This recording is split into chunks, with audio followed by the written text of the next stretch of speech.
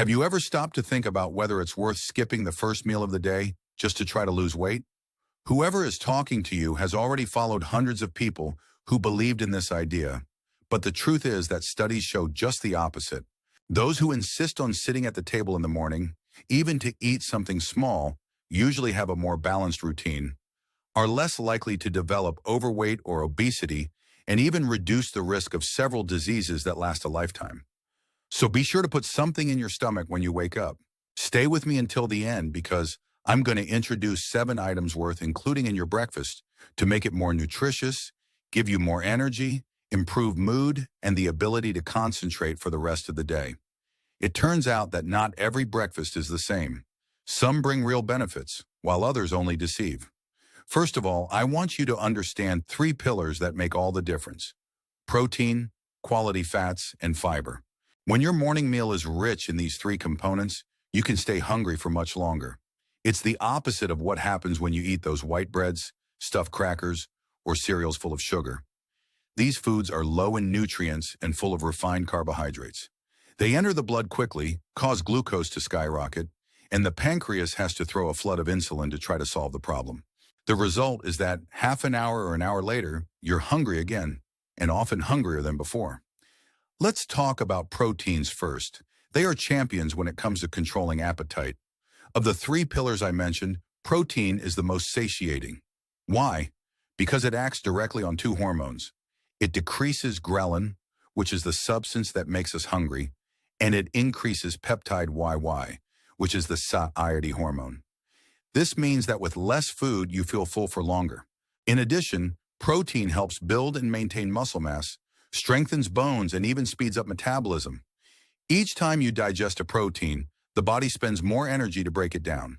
This extra expenditure, called the thermic effect, is between 20% and 35% of the calories in protein. As for carbohydrates and fats, this number barely reaches 15%. That is, you burn more calories just by eating protein. Now let's get to the fats. Attention, not just any fat. There are trans fats, which are terrible and should be avoided completely. There are saturated fats, which in excess increase bad cholesterol. What you want are healthy fats. They keep blood sugar stable, improve the appearance of the skin, help reduce fat accumulated in the liver, protect the brain, and fight the silent inflammation that exists in the body. Where to find these good fats? In monounsaturated fats, present in olive oil, avocado, nuts, and peanuts. And in polyunsaturated fats, which come from omega-3 rich fish, such as sardines and salmon, as well as flax seeds, sesame, pumpkin, and also walnuts. What about fiber? We have 2 types, and both are important for you to feel full. Soluble fiber dissolves in contact with water and forms a kind of gel in the intestine. It is present in apples, pears, beans, chia, and oats. Insoluble fiber, on the other hand, does not dissolve. It acts like a sponge, pulling water into your intestines and increasing the volume of what you've eaten. You can find this type of fiber in sweet potatoes, wheat bran, nuts, and cauliflower. With this information, I'm going to list the 7 foods I recommend for your breakfast. My suggestion is that you vary it throughout the week. That way you don't get sick and still take advantage of the different nutrients that each one offers.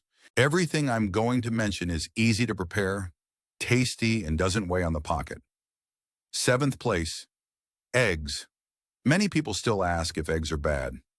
No, it doesn't. The problem is exaggeration, but eating 1 or 2 a day is totally safe.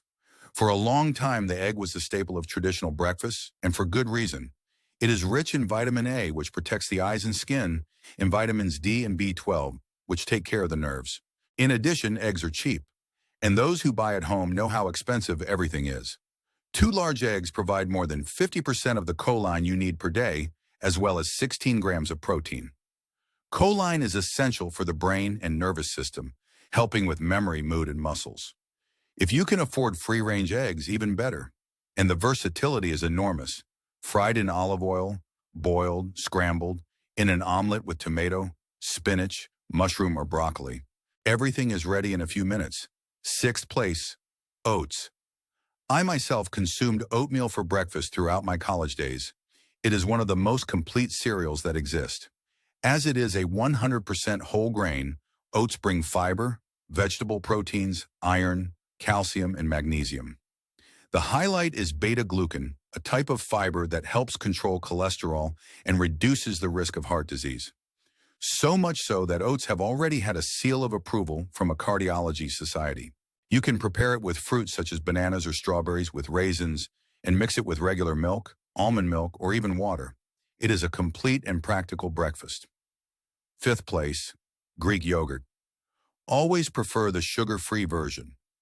Greek yogurt is a source of protein, calcium, and probiotics, those good bacteria that help the intestine function better. I know that some people have lactose intolerance or an allergy to milk protein. I myself have a son who has been through this. But if you don't have this problem, cow's milk is one of nature's most nutritious foods.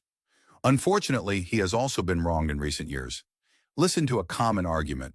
Man is the only animal that drinks milk from another animal. Yes, it's true, but he is also the only one who drinks beer, drinks wine, uses cell phones, reads books, and has stepped on the moon. This happens because we have a bigger and more capable brain. Human milk consumption dates back more than 6,000 years, and it was probably thanks to it that we were able to thrive. Our genes have changed because of milk. A series of mutations allowed adults to produce the enzyme lactase, which breaks down milk sugar.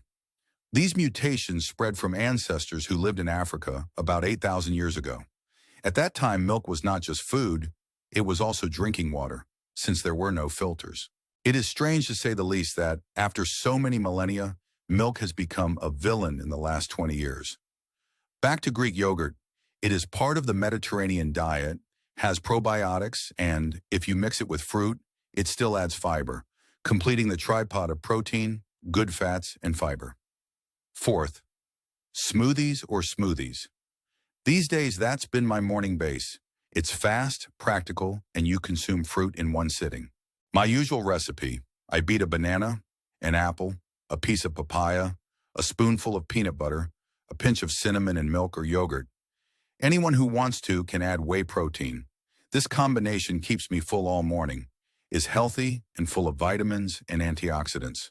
Third place, green juice. It's no mystery. Green juice is a clever mix of leaves such as kale, mint, celery, or Ora pronobis, with fruits such as pineapple, lemon or apple, and vegetables such as carrots, beets, cucumbers, or sweet potatoes. The goal is to bring a lot of nutrients, fiber, and few calories. There is no single recipe. You can choose the ingredients that please your taste buds the most and vary it every time. The only rule is not to add sugar. Second place, fruits. They are excellent to start the day. Bananas, for example, help satiety, are rich in potassium, which is good for blood pressure, and contain vitamin B6, which helps in the production of serotonin, the feel-good hormone. This can make you happier and less anxious. Bananas still have soluble fiber. You can eat it raw, chopped over oats, or combined with chia seeds and peanut butter. Then we have avocado, which provides heart-healthy fats, as well as soluble and insoluble fiber, increasing the feeling of being full. And I can't forget the red fruits: strawberry, blueberry, blackberry, raspberry. They are loaded with antioxidants that protect blood vessels, improve circulation, and even defend the brain, reducing the risk of dementia. Of course, it's not just those. Apples, cantaloupe, citrus, papaya, they're all great. Vary the menu whenever you can. First place, wholemeal bread. Now you may ask, what about gluten? Isn't gluten bad?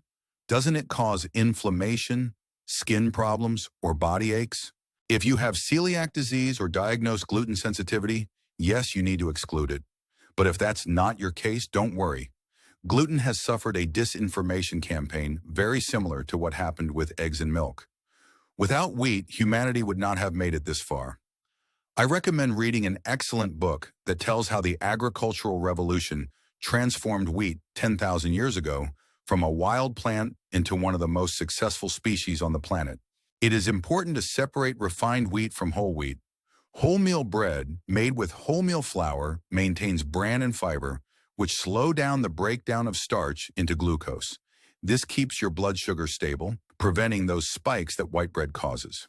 In addition, fiber helps reduce cholesterol, and minerals such as magnesium, selenium, and copper may protect against certain types of cancer.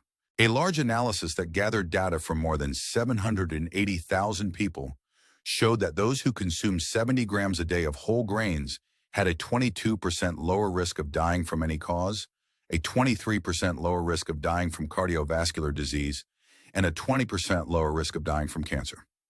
A more recent study from 2017 with more than 100,000 participants revealed that non-celiac people who avoid gluten can increase the risk of heart problems precisely because they stop consuming whole grains. Many studies associate the consumption of whole grains with better health indicators. Those who eat more whole wheat, for example, have lower rates of heart attack, stroke, type 2 diabetes, and early death. Gluten also acts as a prebiotic, feeding the good bacteria in our gut, especially the bifidobacteria in the colon. Therefore, whole grain bread is a healthy choice. You can heat a slice, pass a drizzle of olive oil and oregano, put an egg on top, or pass meanest cheese or cottage cheese. And the coffee? You may be wondering if it also makes this list. Yes, coffee is good for you. A cup of black coffee a day boosts energy and helps reduce fat accumulation in the liver. Recent research indicates that drinking 2 to 3 cups a day protects the heart, lowers the risk of heart disease, and may prolong life. Just don't overdo it with sugar and avoid taking it after 2 in the afternoon so as not to disturb sleep. Have you noticed how it is not difficult to make a nutritious breakfast and that it does not take hours to prepare? The secret is to avoid those dishes full of refined carbohydrates, especially when they are not accompanied by fiber or protein, as they will make you hungry much sooner. A balanced diet is one of the most powerful tools to prevent diseases, especially heart disease, so don't skip the first meal of the day. Eat right so that your day starts well. I hope these tips have been helpful. If you want to keep learning, I suggest 2 topics: the early warning signs of diabetes and the foods that help maintain youth. Who is talking to you is a professional who sees every day the difference that small changes make in people's lives. And remember, when it comes to your health, it's worth sharing what works. See you next time. Thank you very much.